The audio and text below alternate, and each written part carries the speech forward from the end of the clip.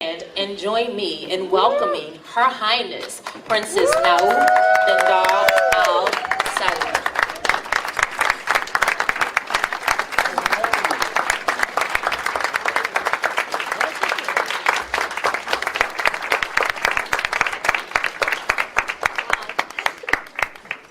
Thank you. Good evening, ladies and gentlemen, distinguished guests. I would like to thank the organizers for inviting me to this wonderful occasion, especially our host, Nana Fosu-Randall, who kindly nominated me for this honor. Thank you, Nana. Well, as you may know, I'm a scientist, I'm a gallerist, an entrepreneur, I'm a woman, and I'm Saudi. Not exactly a cliche.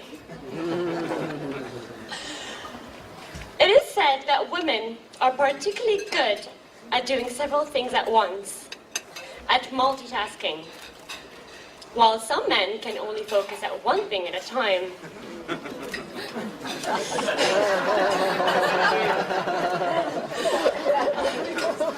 I'm just one of billions of women from all over the world who led remarkable lives and achieved remarkable things. My story is unique only in the sense that every other woman's story is unique.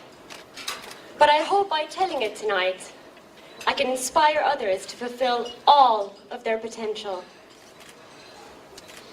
I certainly feel that life is too short to do just one thing. So last year, I started a blog for exploring my many interests. And I called it One Woman, Many Hats. Not only because I love hats, but because the many hats I wear symbolize the many roles I play throughout my day. I recently was awarded a PhD in clinical medicine specialized in ectopic fat. So obviously, my studies, research, and clinical trials have taken a great deal of my time. But I also run an art gallery, and I'm an amateur artist myself. I also love learning new languages.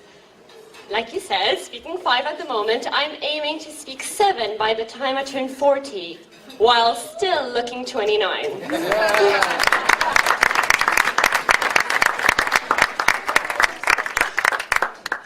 This evening, though, I'll share with you my experience in the art world, one of my most acknowledged hats.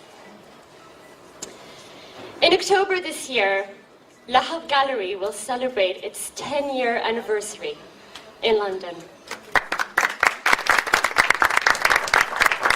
But the story of my gallery began in my home country, Saudi Arabia. 10 years ago, I was working as a genetic researcher in the King Faisal Hospital in Riyadh. And as someone who loved culture, loved visiting museums and exhibitions, and loved art, I often met others that shared that same interest. Many of them were keen amateur artists in their own right. Some of them were good enough to be more than amateurs. But there was no outlet for them at the time in Saudi Arabia. And for women in particular, art was not seen as a viable career. Of course, things are very different now. Middle Eastern artists are even quite fashionable. And events like the Dubai Art Fair have put the region in the contemporary art map. But 10 years ago, there was not much of a contemporary art scene to speak of. Except perhaps a male-dominated clique dating from the 1960s and not getting any younger. So I wanted to change that. Now, I really didn't have a well-thought-out business strategy. Nothing like a 5 or 10-year plan. But I believe, like you do, that if you're passionate about something and you put your heart into it, things have a pretty incredible way of falling into place. In the words of Al-Ghazali, what is destined will reach you, even if it be between two mountains. What is not destined will not reach you, even if it be between your two lips. So I put my saving in a gallery and named it Lahad, which in Arabic means a blink of an eye. And what seems like a blink, the gallery just took off. We started by focusing on women artists from Saudi Arabia and the neighboring Gulf countries. But there was not much of an infrastructure for art at the time, so we had to make use of makeshift spaces like open arenas and theaters. But the contemporary art world now is a big business, and I'm a bit nervous. Don't be. You got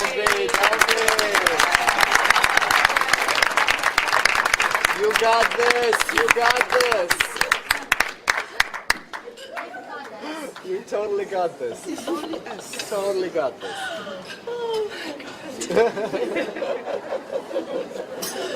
Yes. It's my first speech, ladies and gentlemen.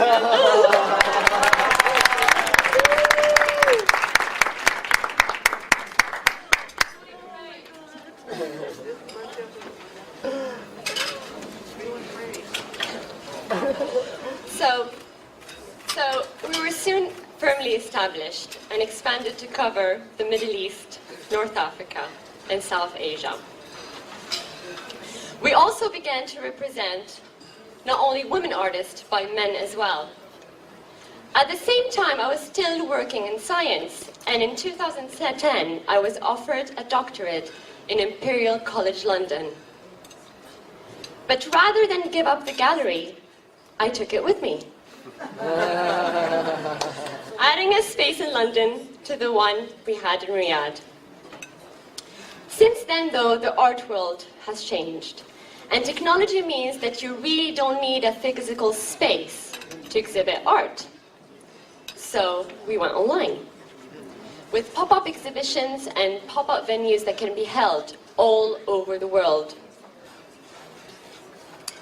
In the last 2 years, we've exhibited in London, Singapore, and Japan, and I would love to do the same here in New York. Yes.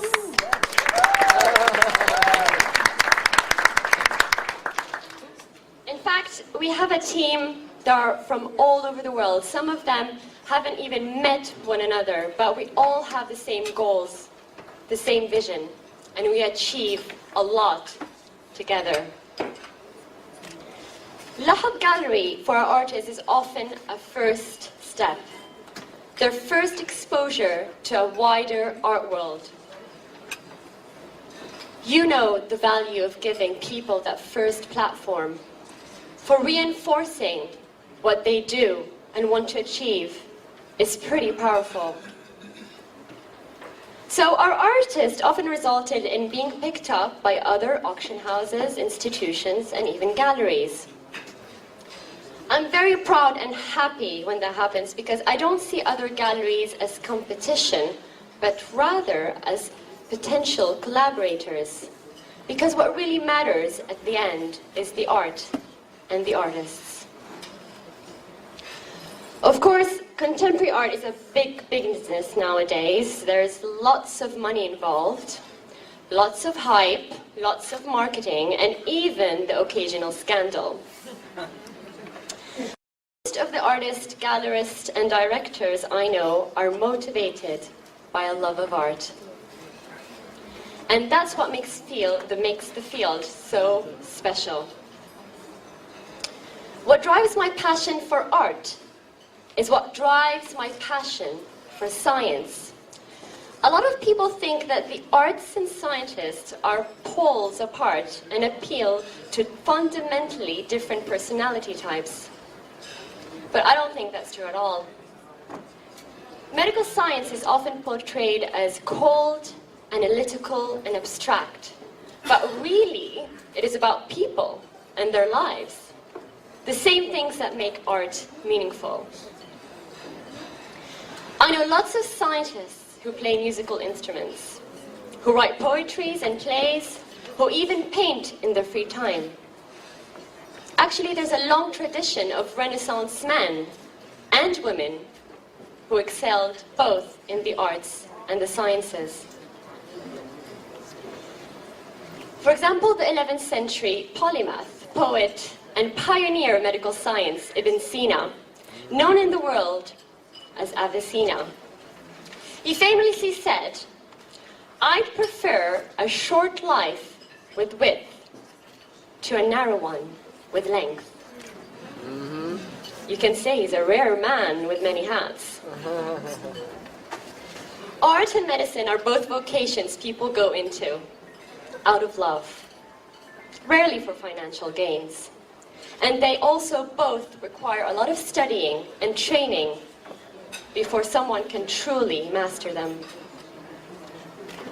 In many parts of the world, young people don't have the opportunities to explore their passion in these or other areas. And that's why the Millennium Development Goals are so important, because they mean equal opportunities for men and women. I was very lucky to pursue both of my passions in my life, even throughout struggles and cultural challenges. And I hope that my work will inspire others to fulfill their potential. Our journey has just begun. The Iraqi-born architect, Zaha Hadid, a woman in the pinnacle of her profession, has said, "I will never give myself the luxury of thinking I've made it." That's a pretty good rule to keep to. The Millennium Development Goals are only first steps towards a fairer world. I know from experience that the right idea at the right time can take a life of its own. And I hope it will inspire others to fulfill their dreams and not to be afraid to wear more than one hat. Thank you. Nana Fosu-Randall is going to present an award to Her Highness Nauf Albendar Al Suad for her work that she does in the arts and in the world. Thank you.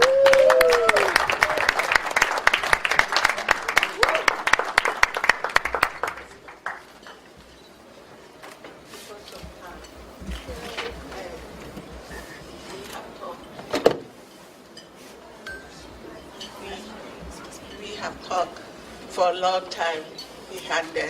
I'm not going to take too much of anybody's time.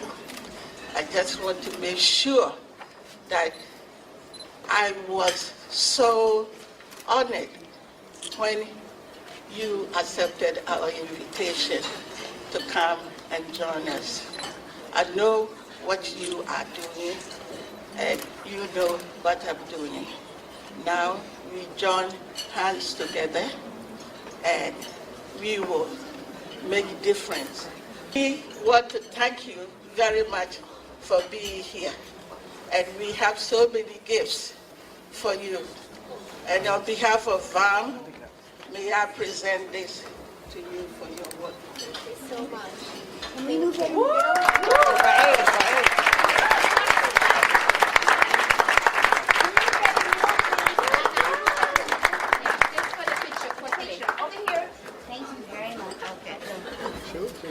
Okay, everybody look. Okay, right here, please.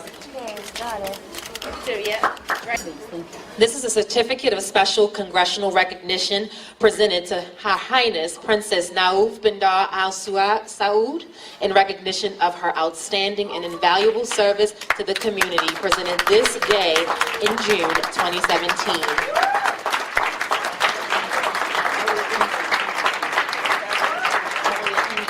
By Elliot Engel, Congressman.